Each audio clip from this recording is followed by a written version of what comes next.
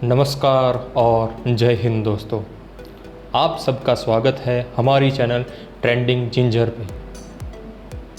दुनिया अगर क्लासरूम है तो इस बड़े से क्लासरूम के सबसे बिगड़ेल बच्चे की आज हम बात करने वाले हैं।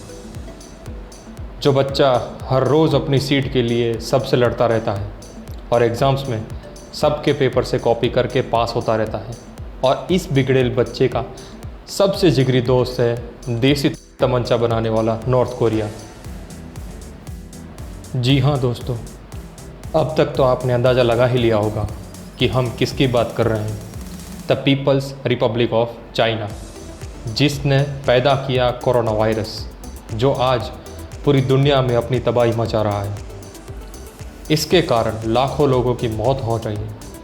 अब तक के आंकड़े दर्शाते हैं कि पूरे विश्व में 3 लाख से भी ज़्यादा लोगों की मौत हो चुकी है। 60 लाख से भी ज़्यादा लोग इन्फेक्टेड हो चुके हैं। करोड़ों लोगों की नौकरियां जा चुकी हैं और अरबों लोगों की ज़िंदगियां तबाह हो चुकी हैं। चाइना के मन को इससे भी शांति नहीं हो रही तो इसने एक नया दंगा फैला रखा है। वो है इंडिया चाइना बॉर्डर इशू। अरे भाई, इतनी खुजली क्यों होती है तेरे को? चलिए दोस्तों, हम इस सीमा विवाद को लेकर कुछ इंसाइट्स देखते हैं कि ओरिजिनली में विवाद क्या है, क्यों चाइना भारत को परेशान करता रहता है। भारत और चाइना के बीच सीमा को लेकर तनाव बढ़ा हुआ है। दोनों देश करीब 4000 किलोमीटर की सीमा साझा करते हैं। चाइना से भारत की सीमा भारत के 5 राज्यों से जुड़ती है। इनमें जम्मू कश्मीर, हिमाचल प्रदेश, उत्तराखंड, सिक्किम और अरुणाचल प्रदेश शामिल हैं। भारत और चाइना के बीच सीमा को वास्तविक नियंत्रण रेखा यानी कि LCA कहा जाता है। इसका मतलब 1962 की भारत चाइना की लड़ाई के बाद की वास्तविक लाइन या तो वास्तविक स्थिति। डिफेंस मिनिस्ट्री के सूत्र बताते हैं कि ये शुरुआत अप्रैल के 3rd वीक में हुई थी, जब लद्दाख बॉर्डर यानी लाइन ऑफ एक्चुअल कंट्रोल पर चाइना की तरफ से सैनिक टुकड़ियों और भारी ट्रकों की संख्या में इजाफा दिखा था। इनके बाद से मई महीने में सीमा पर चीनी सैनिकों की हिलचाल की रिपोर्ट आई थी। चीनी सैनिकों को लद्दाख में सीमा का निर्धारण करने वाली झील में भी आते देखे जाने की बातें सामने आई थी। मामले की गंभीरता का अंदाज़ा इस बात से भी लगाया जा सकता है कि कुछ दिनों पहले सेनाध्यक्ष जनरल नरवाणे ने सीमा का दौरा किया था। इस तनाव के एक ये भी कारण है कि जब बिना किसी देश के नाम लिए चीन के राष्ट्रपति जिनपिंग ने सेना को तैयार रहने का निर्देश दिया था। भारत और चाइना सीमा विवाद का इतिहास वैसे तो दशकों पुराना है, पर ताज़ा तनाव की मुख्यत्वे वजह है 2। पहली बड़ी वजह है कि पिछले कुछ सालों में भारतीय बॉर्डर इलाकों में तेज होता निर्माण कार्य। रक्षा मामलों के जानकार अजय शुक्ला बताते हैं कि रोड एक बड़ी वजह है। उन्होंने कहा, आमतौर से शांतिपूर्ण रही गलवान घाटी अब एक हॉटस्पॉट बन चुकी है, क्योंकि यहीं पर लाइन ऑफ एक्चुअल कंट्रोल है, जिसके पास भारत ने श्योक नदी से दौलत बेग ओल्डी तक एक सड़क का निर्माण कर लिया है। पूरे लद्दाख के LCA इलाके में ये सबसे रिमोट एरिया है। लगभग सभी जानकार इस बात से भी सहमत हैं कि चाइना के बॉर्डर इलाकों में निर्माण और रखरखाव हमेशा से बेहतर रहा है। सीमा के पास वाले इलाकों में मूलभूत सुविधा में भी चीन भारत से कई आगे रहा है। इंडियन आर्मी के पूर्व चीफ जनरल VP मलिक को लगता है चाइना की बढ़ी हुई बेचैनी की एक और वजह भी है। चीनी फौज का एक तरीका रहा है क्रीपिंग। वो क्रीपिंग के जरिए विवादित इलाकों को धीरे धीरे अपने अधिकार में शामिल कर लेते हैं। लेकिन चाइना की ये आशा भी कम होती जा रही है, क्योंकि अब इंडियन बॉर्डर्स पर विकास हो रहा है और पहुंच बढ़ रही है।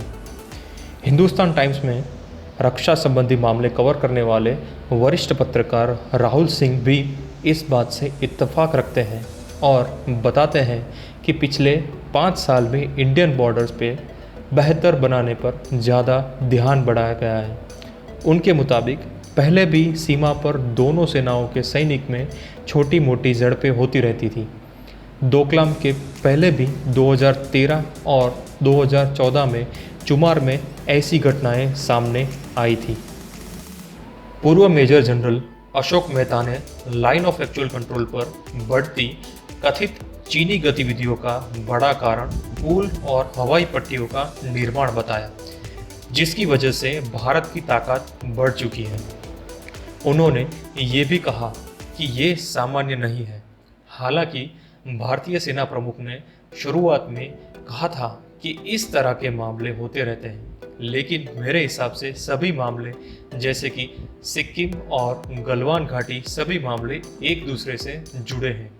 ये नहीं भूलना चाहिए कि जब भारत ने जम्मू कश्मीर का स्पेशल स्टेटस हटाकर 2 नए यूनियन टेरिटरी के नक्शे जारी किए तो चाइना इस बात से खुश नहीं था कि लद्दाख के भारतीय क्षेत्र में अक्साई चीन भी था।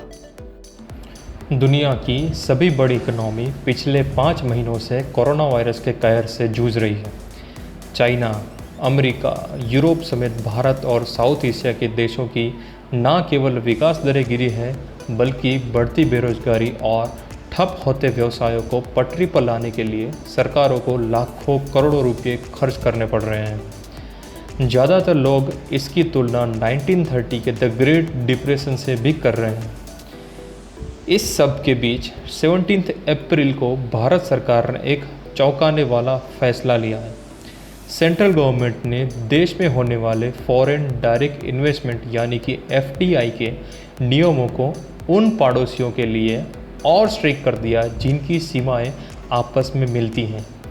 एक नए नियम के तहत किसी भी भारतीय कंपनी में हिस्सा लेने से पहले सरकारी अनुमति लेना अब अनिवार्य कर दिया गया है। हालांकि पड़ोसियों में सबसे ज़्यादा बिजनेस चाइना के साथ है, तो इसका सबसे ज़्यादा असर भी उसी पर होगा। भारत के इस फैसले की प्रमुख वजहों में से एक थी चाइना के central bank People's Bank of China का भारत के सबसे बड़े प्राइवेट बैंक HDFC के 1.75 करोड़ शेयर्स की खरीदी। इससे पहले तक चाइना भारतीय कंपनियों में बेधड़क निवेश करता रहता था। इंटरनेशनल इकोनॉमी के जानकार MM खान, उनका मानना है कि फौज और अर्थव्यवस्था ही वो क्षेत्र हैं जहां चाइना अपना ग्लोबल मोनोपोली करने के लिए विदेश नीति को समय समय पर बदलता रहता है। अब अगर भारत ने एकाएक अपनी FDI में एक बड़ा बदलाव किया तो काफ़ी संभव है कि चाइना की विदेश नीति इससे थोड़ा असहज महसूस कर रही हो। भारत चीन सीमा पर बड़ी गतिविधियों की वजह इनके अलावा भी हो सकती है और इस पर बहस आगे भी जारी रहेगी। फ़िलहाल चाइना के फॉरेन मिनिस्ट्री ने अपने रुख में थोड़ी नरमी जाहिर की है। राजदूत सुन विंगडोंग का कहना था कि भारत और चाइना एक दूसरे के लिए अवसर है, खतरा नहीं।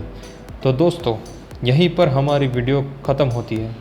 ऐसी ही और नई जानकारी और फैक्ट्स के लिए हमारी चैनल ट्रेंडिंग जिंजर को सब्सक्राइब कीजिए और आप कमेंट बॉक्स में कमेंट करके रिव्यू भी दे सकते हैं।